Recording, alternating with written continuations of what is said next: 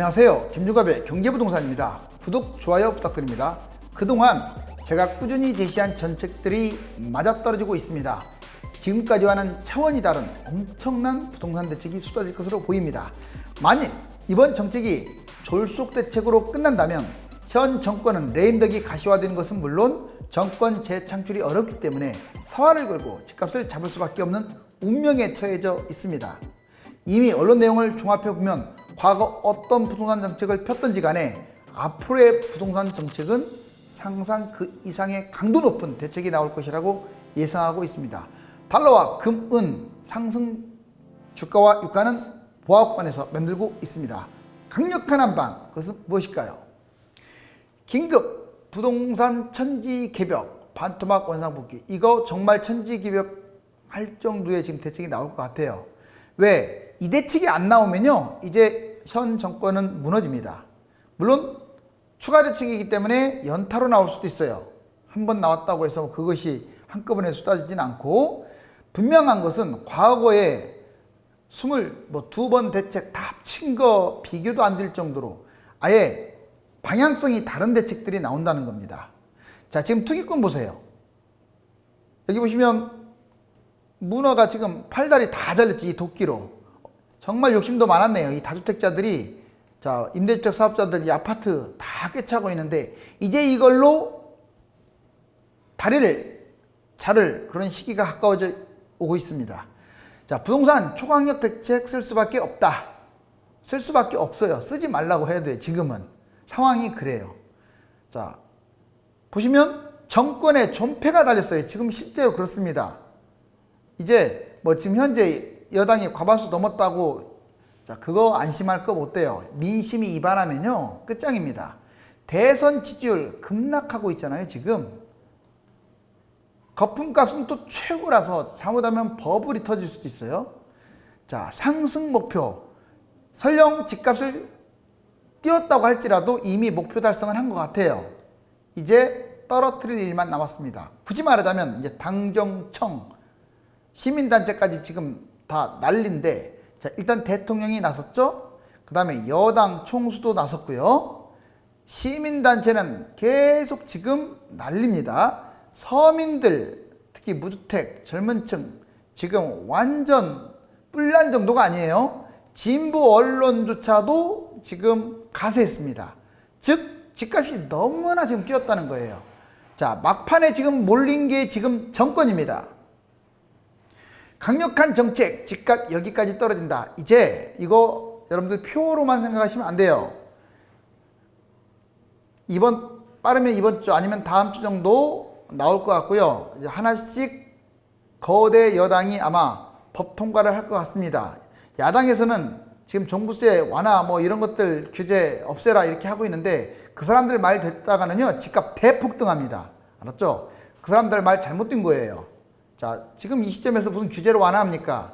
자, 때릴 건 때리고 공급 올릴 건 올리고 그래야죠. 지금 가만히 놔두면요 집값 대폭등 정도가 아니에요. 자, 서울 아파트 중위가 4.5억입니다. 4.5억인데 이게 지금 9.5억이 됐다는 것을 잊어서는 안 돼요. 지금 여러분들이 살려고 하는 9억, 10억짜리들은요 분양이 됐던 매수가 됐던 다 이렇게 뛴 거예요. 자, 그러면 이게 지금 이제 하반기 때 좀 올라가면 10억. 자, 정말로 2021년, 2023년, 4년 계속 올라간다. 11억. 물론 이런 상황은 거의 가능성이 없어요. 제가 보기에는 하반기는 좀 올라가다가 정책 나오면 이제 서서히 떨어질 것으로 보이는데, 아마 이렇게 내려와 가지고 결국은 반토막 날 가능성이 커요. 자, 몇 년 떨어지냐에 따라서 다르지만 보통 4년 사이클이라면 반토막입니다. 그리고 2년 떨어진다면 한 7억까지 떨어지겠죠. 10억짜리가. 자, 이번에 하락으로 반환된다 그러면 2020년 하반기부터 이제 9.5억이 8.5억으로 뚝 떨어질 것이고요. 그 다음에 나중에 5억에서 7억 코스로 움직일 거예요. 즉 이러한 장밋빛만 보지 마시고 현재 지금 4억짜리가 이만큼 뛰었다는 것을 인지하시고요. 이제 정부도 막판 쥐가 몰리듯이 막판에 지금 몰려 있잖아요. 조심하셔야 돼요. 자, 정책을 이기는 시장은 없다. 실제로 이 말이 틀린 게 아닙니다. 정책을 이기는 시장은 없어요. 볼까요? 자, 보시면 이제 저번에도 이거 많이 보여드렸지만 이제 2칸 정도 뛰면 보통 1칸 정도가 떨어져요. 이렇게. 이거 실질적으로 4년 올라가고 4년 떨어지고 4년 올라가고 4년 떨어지고 4년 올라가고 이렇게 하는 게 코스인데 이번에는 6년 정도 뛰었다고 보여지죠. 아직 2020년은 끝난 게 아니니까 이게 대세 상승의 연장이냐 아니면 대세 하락의 반환점이냐 바로 그것은 좀 더 봐야 할 것 같아요. 이제 7월 달이니까 보시면 2칸 뛰고 1칸 떨어지고 2칸 뛰고 1칸 떨어졌다는 것은 집값은 우상향한다는 거고요. 지금 현재 상황이 2007년, 2019년, 2020년인데 여기하고 똑같아요. 이렇게 매물이 지금 높은 데 걸쳐 있습니다. 다행히 추가 대책이 나온다고 하니까 지금 매물이 빠르게 빠져요. 저는 누구보다도 현장 정보를 잘합니다. 상담을 워낙 많이 하기 때문에 그래요. 아무튼 이 상투장에 이 매물들이 서서히 지금 내려가고 있는 추세예요. 현재. 자, 여기서 말하고자 하고 싶은 것은 이겁니다. 정부 규제나 규제 해제. 먼저 규제부터 보자고요. 보통 상승장의 중턱에서 정부 규제가 나와요. 정부 규제 나온다고 해서 안 올라가는 거 아닙니다. 계속 올라가다가 결국 떨어지는데 왜 떨어지느냐? 이 규제 때문에 떨어지는 거예요. 이 규제가 효과를 보지 못하는 것이 아니라 결국 세월이 흘러야 돼요. 2년에서 뭐 4년 사이 세월이 흐른 다음에 떨어지는 거예요. 그러니까 이명박 정권 이 초기 때 집값이 그냥 대폭락했던 것은 이 규제 때문에 떨어진 거예요. 그러니까 너무 떨어지니까 1년 만에 규제를 해제했잖아요. 너무 떨어지니까 이번에는 박근혜 정부 때 2013년 부양책을 썼죠. 이때는 초급매가 나오죠. 즉 로얄층도 1층 하한가보다 더 떨어진다 이거예요. 그래서 여러분들이 상상했던 것보다 더 많이 떨어지는 게 하락장이고 상상했던 것보다 더 비싸게 사는 게 지금과 같은 상투장인 거예요. 자, 그럼 이제 정부 규제 이번에 문재인 정부 들어와서 그 전에도 이제 종합대책이 나왔지만 종합대책이 나왔잖아요. 계속 뛰었습니다. 정말 많이 뛴 것 같아요. 자, 2019년까지 뛰었다고 치고 이번에도 종합대책 나오긴 했지만 이제 집값을 제대로 잡는다면 아마 제가 생각하기에는 1년 정도 지나면 또 규제가 해제될 거예요. 하지만 흐름을 타게 되면 계속 떨어집니다. 너무 많이 떨어지면 또 부양책이 나오겠죠. 자, 이처럼 반복 패턴이 이어질 수밖에 없어요. 역시 초급매 나오고 다시 또 올라갑니다. 이런 코스가 될 가능성이 높다라는 거. 이게 4년 단위로 지금 계속 나오고 있죠. 자, 고가 아파트들은 이렇게 상승폭과 하락폭이 큰데 저가 아파트나 비아파트는 상대적으로 별로 올라가지를 않기 때문에 투자 가치가 떨어진다. 자, 이번에 추가 대책 이거 아주 중요합니다. 오늘 하고자 하는 말은 이거예요. 좀 더 구체화되고 있어요. 자, 언론에서 방송되는 것들이 무조건 다 정책에 반영되지는 않겠지만 잘 보세요. 벌써 다주택과 관련된 세금이 3개나 됩니다. 이건 무조건 때려야 돼요. 세금을. 이거 규제라고 단순하게 무시하면 안 돼요. 다주택은 세금으로 잡는 길밖에 없어요. 먼저 종부세를 대폭 강화한답니다. 공제도 줄여가지고요. 투기성 부담. 지금 현재도 싸진 않죠. 자, 그렇지만 지금 정책 여기서 조금 더 올린 것으로 되지도 않아요. 얼마 전에 국기법 통과 안 됐잖아요. 그거보다 훨씬 세게 때린다라고 지금 나오고 있어요. 자, 얼마나 세게 때릴지는 지켜봐야겠지만 아마 상승처벌로 다주택들을 잡으려고 할 거예요. 왜? 이건 징벌적 과세를 해도 할 말이 없습니다. 팔라고 기회를 줬는데 본인들이 투기를 원해서 끌고 간 거잖아요. 제 말 맞죠? 자, 이번에 다주택 양도세 강화. 이건 중과세. 저는 솔직히 양도세는 그렇게까지 뭐 강화할 필요 없다고 보는데 왜냐? 지금 보유세, 종부세 세게 때리고 등록세 세게 때리면요 못 버티고 팔 수밖에 없잖아요. 자, 그렇지만 이제 중과세도 아마 인상될 가능성이 크고 특히 단타족, 이제 1주택자든 뭐 2주택자든 다주택자든 단타족 아마 세금 징벌 80%까지 시세 차익을 토해낼 가능성이 커요. 이제 토지보다도 더 세게 맞는 거죠. 다주택 등록세 강화, 등록세 지금 형편없잖아요. 재산세까지 인상하고 분양권도 주택으로 포함시키는 자, 이런 것들이 지금 계속 이제 연구되고 있습니다. 이번에는 임대주택사 아주 파격적이에요. 제가 다주택 안 건들면 집값 안 떨어진다고 했는데 다주택 건든다라는 뉴스가 지금 도배지를 하고 있고요. 임대주택 혜택, 이거 축소, 소급도 적용한다. 물론 반발이 심하겠지만 법적으로 문제 없습니다. 왜? 의식주 가지고 장난치고 있고 의식주가 문제가 됐을 때는요 법을 바꿀 수 있는 거예요. 약속을 못 지킨다고요? 좋아요. 약속 중요합니다. 정부군이 약속 지켜야죠. 더 중요한 게 뭔 줄 아세요? 약속보다 더 중요한 것은 사회 현상이에요. 지금 집값이 너무 폭등해가지고 불균형 또는 어떤 문제점이 너무나도 많이 나오고 있는데 지금 난리나게 생겼는데 그 약속 때문에 국가가 파탄나서 되겠습니까? 자, 그래서 소급 적용에 문제가 없다고 정부 스스로 그러잖아요. 이제 종부세도 합산 과세한답니다. 그래서 지금 임대주택 사업자, 그리고 또 한 가지 이유가 있어요. 임대주택을 과거에 활성화시킨 이유는 전세 좀 안정화를 시키려고 하는 건데, 이제 전월세 3법이 통과되면 임대주택 사업에 필요성이 없는 거예요. 왜? 이제 다 오픈이 되는 건데 굳이 임대주택 사업 특혜까지 줘가면서 그걸 할 필요가 없잖아요. 그래서 이걸 강력하게 추진할 가능성이 커요. 자, 1주택 갭투자 방지, 양도세 50% 확대. 1주택자들 갭투자 하게 되면 그냥 실거주하는 사람보다 종부세를 더 때리고 그런다고 지금 그것도 얘기가 나오고 있어요. 그 다음에 임대차 3법 개정안, 전월세를 안정시키기 위해서 임대차 3법이 이미 통과됐습니다. 얘들은 시행 전에 좀 불안하겠지만 최대한으로 속도를 낼 거예요. 왜? 전세 가격이 너무 뛰면 안 되니까. 자, 공급 4기 신도시, 광명 시흥동, 즉 4기 신도시가 다시 생겨날 가능성도 커요. 또는 3기 신도시의 연장이 될 수도 있고, 그린벨트라든가 재건축 재개발을 좀 완화하는 방향으로 또는 고층으로 올리는 방향으로 해서 공급이 확대될 수 있는데, 이것만이 아니라 말씀드렸던 다주택, 임대주택 사업자들의 매물을 토해내게끔 하는 게 동시에 이제 이루어지는 거겠죠.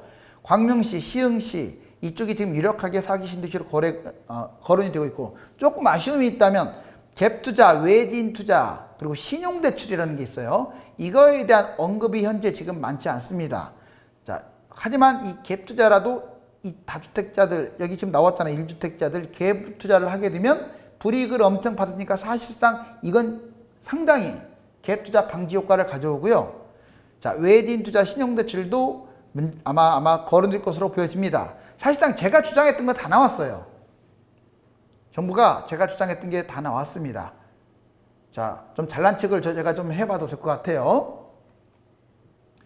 부동산 폭락기, 가격과 거래량 심각 또 온다. 과거의 하락장 보세요. 자, 이게 바로 미국 금융위기 때예요.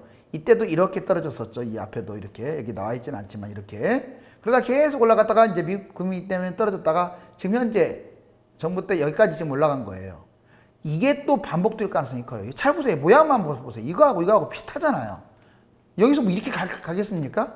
자, 이미 달이 차면 기울듯이 얘도 지금 이런 짝이고, 실질적으로 연도별 주택 매매 거래량, 자, 미금융위기 때 2007년 계속 이제 올라가다가, 자, 일단 떨어지다가 2013년에 바닥을 찍었죠. 이게 집값도 떨어지잖아요. 거래량이 주니까 결국은 이렇게 올라갔어요. 그런데 지방은 거꾸로 갔어요. 왜? 그때 너무나도 안 뛰었기 때문에. 일단 수도권이 중요하니까 까만 거 보세요. 떨어졌다가 이렇게. 근데 지금 이제 2017, 18년을 거치면서 지금 거래량이 현저하게 줄고 있죠. 역시 내려갈 가능성이 높다. 시세로 보나 매매 거래량으로 보나 지금 심각하다. 공급과 수요, 이것이 문제다. 먼저 공급 측면을 보자면요, 정부 생각과 다르게 좀 움직였어요. 물론 집값주도 성장 의심을 피할 수는 없지만 재건축을 지나치게 억제했고, 그 다음에 임대주택 사업자, 이게 가장 치명적이죠. 임대주택 사업을 등록시키고 가족간 증여, 제가 부담부 증여 이거 세금 세게 때리라고 여러 번 얘기했는데, 이 증여 때문에 시장의 매물 품귀 현상이 벌어져서 결국 집값이 폭등해 버렸어요. 보시면 원래 정부가, 자, 이렇게 주택 공급 곡선을 그리면 빨간색이 이렇게 있죠. 수요 곡선은 이렇게 돼야 하는데, 지금 보면 가격은 위로 올라가고 공급량은 줄어들었어요. 그러니까 규제 후 주택 공급 곡선이 지금 위로 올라왔잖아요. 그러니까 당연히 가격은 여기 뛰고, 그 다음에 수량은 줄어들고, 그러다 보니까 이런 쪼그라드는 모양새가 나왔어요. 규제 후 거래량도 줄고 가격은 뛰고. 즉, 그러면 왜 거래량이 줄었느냐? 공급을 많이 못해서만이 아니에요. 아까 말씀드렸던 임대사업 등록이 치명적이었고, 재건축 억제라든가 또는 갭투자, 다주택 권장 뭐 이런 것들이 해당돼요. 자, 이번에 수요 측면에서 수도권이 지금 지방 사람들이 수도권으로 이주를 많이 했어요. 그거에 대해서 너무 가볍게 본 겁니다. 수도권 인구 이동이 치명적이고요. 그 다음에 시중에 유동성 자금이 많이 늘어나고 소득 증가, 이번에 최저임금도 많이 증가시켰죠. 교육 수요 등으로 수도권 주택 수요가 끊임없이 증가했어요. 공급은 줄면서 수요는 늘어났죠. 실질적으로 보면은, 자, 이게 바로 주택 수요 곡선입니다. 딱 중간이죠. 그런데 위로 올라왔네요. 즉 가격은 뛰고 수량은 어떻습니까? 자, 늘어났어요. 그러니까 살려고 하는 사람들은 더 늘어났다 이 말이에요. 그러니까 당연히 가격도 뛰고 가격이 뛰겠죠. 자, 여기서 보시면 원래 이렇게 잡았다면 그거보다 커졌어요. 규제후 가격은. 즉 수도권 인구 집중으로 유동성이 증가, 그래서 집값이 상승했다. 자, 공급 측면은 예기치 못한 재건축, 억제, 임대주택 사업자 등록, 다주택 갭투자 장려. 자, 수요 측면은 지방 사람들 수도권으로 계속 이전했어요. 집값이 너무 뛰다 보니까. 자, 그런 이유들 때문에 서로 엇갈리면서 집값만 폭등했다.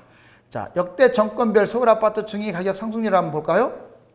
자, 문재인 정부 때 52%, 한국감정원 14%는 저리 가라고 하세요. 실질적으로 지금 52%가 아닙니다. 이것도 지난 자료고요. 계속 지금 오르고 있어요. 수도권 순유입 인구 작년 3, 4월 달에 1.28이었던 게 올해는 2.75로 늘어났고, 지역별 주택보급률 보면 서울하고 수도권이 100이 분기됐어요. 원래 주택수가 100이 넘었었는데, 자, 왜 이렇게 분기됐냐? 가진 자가 계속 사들였다는 뜻이에요. 이 말은 무주택자가 집을 사고 하는 것보다 가진 자가 계속 샀어요. 이해가셨어요? 자, 그리고 1인 가구가 늘어났습니다. 1인 가구가 늘어나다 보니까 뭐 1인 가구는 사실상 상당수가 원룸에 사는 사람들도 많아요. 그러다 보니까 보급률이 좀 줄어든 느낌이 들죠. 지방은 대신에 줄지 않았고요. 종부세 추이 한번 볼까요? 종부세가 예전에 최고가를 찍었던 2007년 2조 4,043억 원. 지금은 좀 늘어나가지고 2조 6,713억 원인데, 자, 집값이 지금이 훨씬 많이 올랐을 거 아니에요. 근데 종부세는 비슷해요. 결론적으로, 자, 다주택자라든가 임대주택 사업 또는 고가 아파트, 이 종부세에 대해서 세금을 거의 걷지 않았다는 거예요. 그런데도 반대하는 당이 있잖아요. 자, 임대사업자 등록 현황 계속 늘어났습니다. 이게 패착이에요. 이거 하나만 갖고도 지금, 자, 김수현 씨, 그리고 국토부 장관은 사표 내야 돼. 이거 하나만 가지고도. 자, 지금 집 사면 꼭지 잡는다. 1, 4월 연령대별 아파트 갭 투자 비율 지금 계속 연령대별 20대부터 60대까지 계속 지금 늘어나고 있죠. 자, 노도강 여기가 30대 투자자들 비중이 상당히 늘어나는데 이것도 갭으로 많이 샀어요. 자, 작년에 비해서 많이 늘어났음을 알 수가 있죠. 30대들이 많이 지금 갭 투자를 했습니다. 심하는 매매, 전세, 중개업소는 매물 확보 전쟁 중. 불과 며칠 전까지 모습이고 지금은 좀 달라졌어요. 이제 정책을 좀 보면서 판단하자 이거예요. 여러분들 막 맨날 전화 오죠. 지금 그전에는 살려고 돌아다니는데 없어 매물이. 근데 요즘 전화가 온다. 당신이 안 사면 다른 사람이 사갑니다. 이런 식으로 한 거 다 뻥입니다. 왜? 자, 지가 아쉬우니까 중개소에서 여러분들한테 전화하는 거예요. 사라고. 이제 매물이 살려고 하는 사람들이 확 줄어버렸거든요. 자, 예전 같으면 여러분들한테 전화도 안 해요. 아, 줄 서 있는데 미쳤다고 전화를 합니까? 자, 잘 새겨 들으세요. 정책까지는 봐야 돼요. 자, 서울 쭉 떨어졌다가 지금 다시 수급지수가 올라가고 있고, 수도권 전국 다 마찬가지로 지금 이렇게 치고 올라가는 수급지수를 얼마만큼 하향시키느냐. 서울 아파트 매매가격 지수 110.697까지 여기 아주 최고치까지 찍고 올라왔죠. 2010년 이후로. 자, 서울 국민주택 전세금 추이 지금 전세금이 4억대에서 5억대로 지금 올라왔습니다. 이거 빨리 잡아야겠습니다. 자, 그리고 월세 추이도 2천만 원에서 2,354만 원으로 늘어났어요. 즉 전월세가 불안하다는 것은 매매의 선행지표인 집값이 뛸 확률이 큽니다. 그래서 적재적소에 정부가 대책을 때려내려고 했죠. 자, 방심하면 터집니다. 지금 누구나 다 지금 방심하고 있어요. 왜? 이제 집만 사면 오른다. 아, 정부도 별거 없구나. 이제 기대감 때문에 다들 집값이 뛴다라고만 생각해요. 지금 상투자인 거 모르는 사람 없어요. 엄청나게 뛰었다는 거 아는데 올해 기다려도 또 뛰고, 가을 기다려도 또 뛰고, 겨울 기다려도 또 뛰고 하니까 이런 일이 벌어졌죠. 근데 이제 여러분들이 극도의 방심한 시기였잖아요. 지금. 자, 누르면 풍선 효과가 아니라 뻥 터지면서 이제 부동산이 무너집니다. 어설픈 정책으로 투기 세력들의 내성을 키워주고 젊은 층과 무주택자들을 불안하게 만든 당국자들이 여론의 문매를 맞고 있습니다. 이제 더 이상 물러설 수 없는 상황이며 초강력 대책으로 집값을 안정화시키지 못한다면 민심 이탈은 물론 정권 재창출은 꿈도 못 꿀 상황입니다. 이제 운명의 시간이 다가옵니다. 조급해하지 마시고 추가 대책을 기다려보시기 바랍니다. 감사합니다.